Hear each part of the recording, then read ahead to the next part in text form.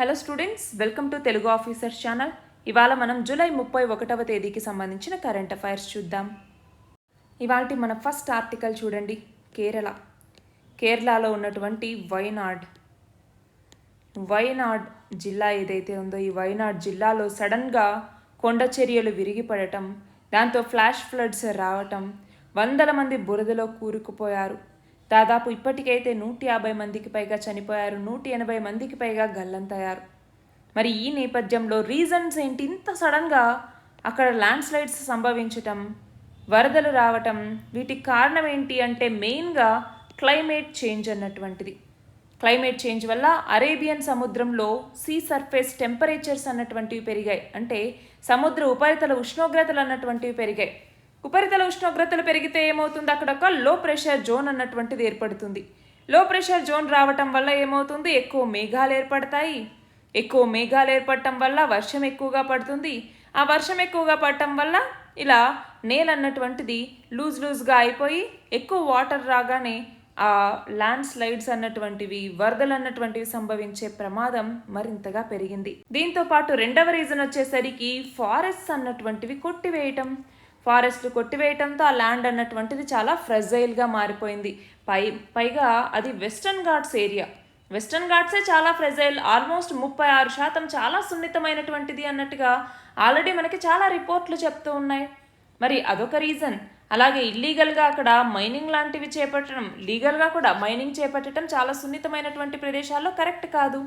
దాంతోపాటుగా thermal power projects అనేసి, hydel power projects అనేసి, డ్యామ్లు అనేసి, రిజర్వాయర్లు కట్టడం అనేసి, అలాగే డెవలప్మెంటల్ యాక్టివిటీస్ అన్నటువంటివి చేపట్టడం, వీటన్నింటి నేపథ్యంలో కూడా ఇవన్నీ కూడా ఇప్పుడు దీనికి కారణమయ్యాయి అన్నట్టుగా మనం చెప్పచ్చు. నెక్స్ట్ చూడండి, షూటింగ్కి సంబంధించి ప్రస్తుత ఒలింపిక్స్ ఎక్కడ జరుగుతోంది? ప్యారిస్లో జరుగుతోంది 2024కి సంబంధించి. ఈ షూటింగ్లో మన భారతదేశానికి సంబంధించినటువంటి మహిళకి 2 పథకాలు వచ్చాయి. ఎవరు ఆమె? మను బాకర్. ఈమె ఒక్కరే ఆడినప్పుడు సింగిల్గాను, అలాగే ద్వయంగా ఆడినప్పుడు కూడా వీళ్ళకి పథకాలు అన్నటువంటి వచ్చాయన్నమాట. సరబ్జోత్ సింగ్తో కలిసి షూటింగ్లో కాంస్య పథకాన్ని ఏమో గెలుచుకుంది. మరి ఇంతకు ముందు హాకీ కాకుండా ఒలింపిక్స్లో 1కి మించి పథకాలు సాధించినటువంటి భారత క్రీడాకారులు ఇద్దరే. ఒకరు రెజ్లర్ సుశీల్ కుమార్, 2008లోను 2012లోను ఈయన పథకాలు గెలుచుకున్నారు. ఆ తర్వాత షట్లర్ అయినటువంటి పివి సింధు, ఈమె 2016లో 2021లో కూడా 2 పథకాలు సాధించడం జరిగింది. కానీ ఇప్పుడు ఈమె ఒకే ఒలింపిక్స్లో 2 పథకాలు సాధించినటువంటి ఘనతను సాధించింది. నెక్స్ట్ చూడండి, బయోలాజికల్ ఈ లిమిటెడ్. ఈ సంస్థ పోలియో టీకాని అభివృద్ధి చేసింది. ఇది నోటి ద్వారా ఇచ్చేటటువంటి పోలియో టీకా, అంటే ఓరల్ పోలియో వ్యాక్సిన్ అన్నమాట. మరి దీనికి ప్రపంచ ఆరోగ్య సంస్థ అన్నటువంటిది ప్రీ క్వాలిఫికేషన్ని ఇవ్వటం జరిగింది. దాంతో ఈ బయోలాజికల్ ఈ లిమిటెడ్ వద్ద ఉన్నటువంటి WHO ప్రీ క్వాలిఫికేషన్ గుర్తింపు కలిగినటువంటి టీకాల సంఖ్య ఇప్పుడు 10కి చేరిందన్నమాట. నెక్స్ట్ చూడండి, RBI ఉద్దేశపూర్వక ఎగవేతల మీద బ్యాంకులకు మార్గదర్శకాలు ఇచ్చింది. అంటే ఏంటి? ఉద్దేశపూర్వకంగా కొంతమంది లోన్ తీసుకొని కట్టకుండా ఎగ్గొడుతూ ఉంటారు. వాళ్ళ నుంచి బకాయిలు రావు, అందుకే వాటిని మొండి బకాయిలు లేదా నిరర్ధక ఆస్తులు, NPA నాన్ పర్ఫార్మింగ్ అసెట్స్ అనేసి పిలుస్తూ ఉంటాం. దానికోసం RBI మార్గదర్శకాలను ఇచ్చింది. దాని ప్రకారం ఏంటి? ఇటు బ్యాంకులు కావచ్చు, బ్యాంకింగేతర ఆర్థిక సంస్థలు అంటే NBFCs కావచ్చు, ఇవి తన దగ్గర ఉండేటటువంటి అన్ని మొండి బకాయిలు, నిరర్ధక ఆస్తుల్ని పరిశీలిస్తూ అందులో 25 లక్షలు మించినటువంటి వాటిని ఉద్దేశపూర్వకంగా ఎగవేతదారు ఖాతాగా వర్గీకరించచ్చేమో చూడండి అన్నట్టుగా చెప్పింది. అంటే 25 లక్షలు ఆ పైన ఉన్నటువంటి మొండి బకాయిల్ని ఒక కమిటీ ఏర్పాటు చేసి ఆ కమిటీ వాటిని తనిఖీ చేస్తుంది. అంతేకాదు ఎప్పటికప్పుడు మొండి బకాయిల్ని పరిశీలిస్తూ ఉండేలాగా కొన్ని మార్గదర్శకాలను ఇచ్చిందనమాట. నెక్స్ట్ చూడండి, తెలంగాణకి సంబంధించి యాదాద్రి, భద్రాద్రి థర్మల్ విద్యుత్ కేంద్రాల నిర్మాణానికి సంబంధించి, ఛత్తీస్గఢ్ నుంచి కరెంటు కొనుగోలుకు సంబంధించి చాలా అవకతవకలు జరిగాయి అన్నట్టుగా ప్రస్తుత ప్రభుత్వం ఒక కమిటీని నియమించడం జరిగింది. మరి ఆ కమిటీకి సంబంధించి సుప్రీంకోర్టు మాజీ న్యాయమూర్తి అయినటువంటి జస్టిస్ మదన్ బి లోకూర్, ఈయనని ఈ కమిటీకి చైర్మన్గా నియమిస్తూ ఉత్తర్వులు జారీ చేయటం జరిగింది. మరి ఇంతకుముందు ఈ కమిషన్కి చైర్మన్గా జస్టిస్ ఎల్ నరసింహారెడ్డి ఉంటే ఆయన స్థానంలో ఇప్పుడు జస్టిస్ మదన్ బి లోకూర్ ఈయన బాధ్యతల్ని స్వీకరించబోతున్నారు. నెక్స్ట్ చూడండి, బలహీన వర్గాలకి సంబంధించినటువంటి న్యాయశాస్త్ర పట్టభద్రులు ఎవరైతే ఉంటారో వాళ్ళు న్యాయవాదులుగా నమోదు చేసుకోవాలి అంటే వాళ్ళు ఎక్కువ సభ్యత్వ రుసుమును వాళ్ళ దగ్గర నుంచి తీసుకుంటున్నారు. అది సమానత్వ సూత్రానికి భంగకరం అన్నట్టుగా సుప్రీంకోర్టు చెప్పింది. నార్మల్గా ఏంటి, జనరల్ కోటాలో వాళ్ళ దగ్గర నుంచి అయితే 750, షెడ్యూల్ కులాల తెగల నుంచి అయితే 125కు మించి సభ్యత్వ రుసుముని వసూలు చేయకూడదు అన్నట్టుగా కూడా చెప్పడం జరిగింది. మరి న్యాయవాద వృత్తిలో ప్రవేశిస్తున్నారు అంటే వాళ్ళకి ఎక్కువ రుసుములు అన్నటువంటివి అడ్డంకిగా మారకూడదు. బలహీన వర్గాల వాళ్ళకి కూడా న్యాయవాద వృత్తిలో ప్రాతినిధ్యం అన్నటువంటిది ఉండాలి. అప్పుడే బడుగు వర్గాల్లో న్యాయ వ్యవస్థ మీద నమ్మకం పెరుగుతుంది అన్నట్టుగా ఇక్కడ సుప్రీంకోర్టు పేర్కొందన్నమాట. నెక్స్ట్ చూడండి, పారిస్ ఒలింపిక్స్లో మను బాకర్ ఈమె కాంస్య పథకాన్ని సాధించడం జరిగింది. రీసెంట్గా జరిగిన మహిళల 10 మీటర్ల ఎయిర్ పిస్టల్లో రజతం కోసం పోరాడితే ఈమెకి కాంస్యం వచ్చింది. 3వ స్థానంలో ఈమె నిలబడిందనమాట. మరి ఇలా ఒలింపిక్స్లో పథకం సాధించినటువంటి భారత తొలి మహిళా షూటర్ మను బాకర్.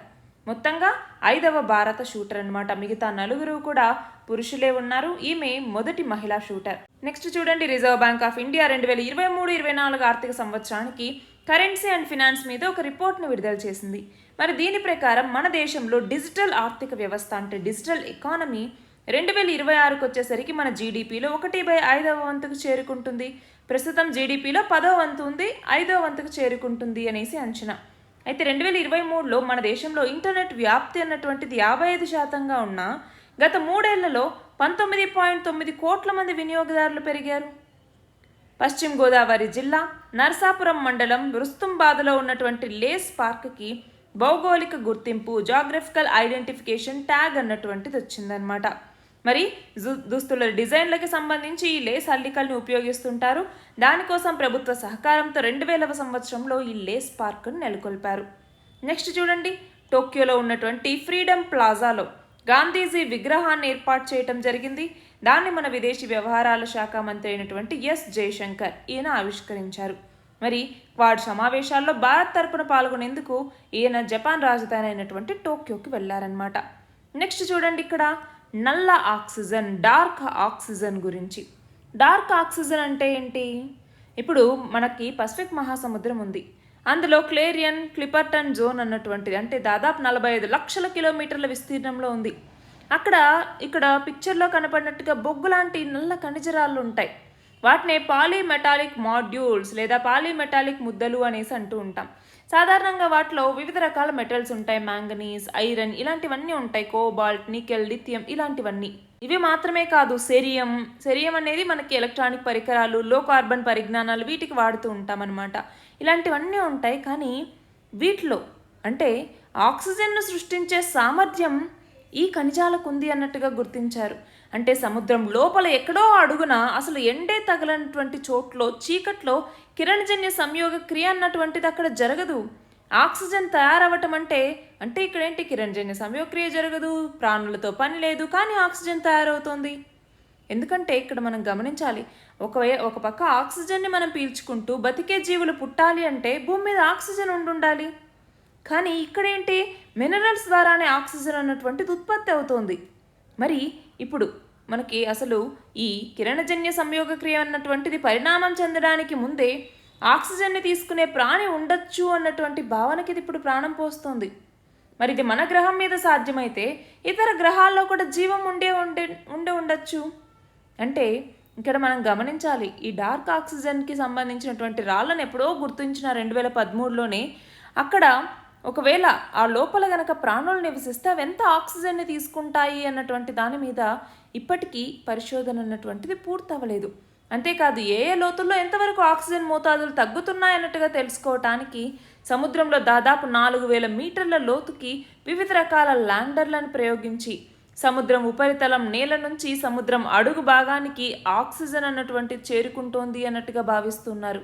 కానీ ఈ పాలీమెటాలిక్ మాడ్యూల్స్ నుంచి ఆక్సిజన్ ఒక సహజమైనటువంటి స్థిరమైనటువంటి పద్ధతిలో తయారవుతోంది అన్నట్టుగా శాస్త్రవేత్తలు ఇక్కడ గుర్తించారన్నమాట. నెక్స్ట్ చూడండి, కేంద్ర బడ్జెట్కి లోక్సభ ఆమోదం తెలిపింది. ప్రస్తుత ఆర్థిక సంవత్సరానికి సంబంధించి మొత్తం ఎంత 48.21 లక్షల కోట్ల రూపాయలతో కేంద్ర ప్రభుత్వం బడ్జెట్ని ప్రతిపాదిస్తే దీనికి లోక్సభ ఆమోదం తెలిపింది. దీంతో పాటుగా జమ్మూ కాశ్మీర్ కేంద్రపాలిత ప్రాంత బడ్జెట్కి ఇంకొన్ని బిల్లులకి కూడా లోక్సభ ఆమోదం తెలిపింది.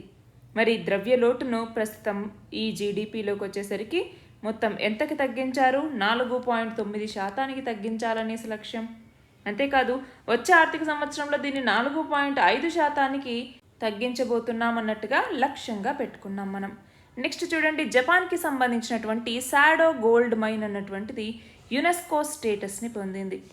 మరి రీసెంట్గా వరల్డ్ వార్ II హిస్టరీకి సంబంధించినటువంటి ప్లేసెస్లో ఈ సాగో గోల్డ్ మైన్ అన్నటువంటిది కూడా మరి యునెస్కోకి సంబంధించి మనం ఆల్రెడీ చెప్పుకున్నాం. ఇందులో యునెస్కో సైట్స్లో 3 రకాలు ఉంటాయి.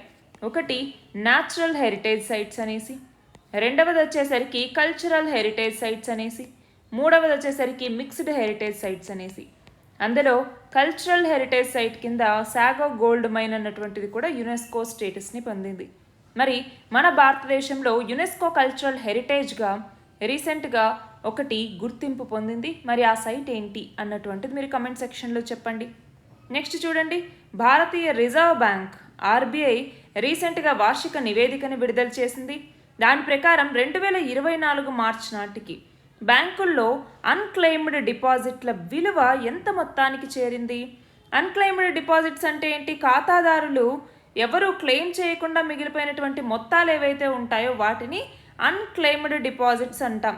అలా ఈ ఫండ్లో నిధుల మొత్తం 2023 మార్చి నాటికి మొత్తం 62,225 కోట్లు ఉందన్నమాట.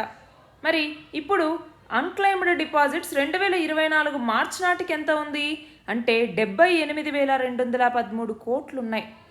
నెక్స్ట్ చూడండి, 2018-19 నుంచి 2022-23 వరకు మొత్తం 5 ఏళ్ల కాలంలో మన దేశంలో వివిధ రాష్ట్రాల్లో ఏనుగుల దాడుల వల్ల ఎంతమంది చనిపోయారు అంటే 2,657 మంది చనిపోయారు.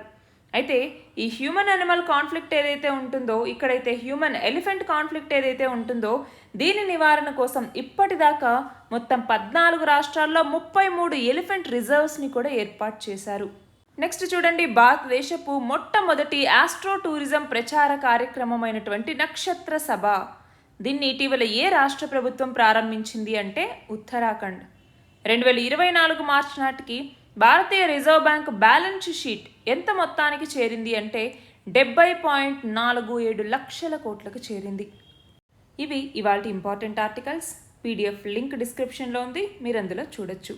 All the very best and thank you very much.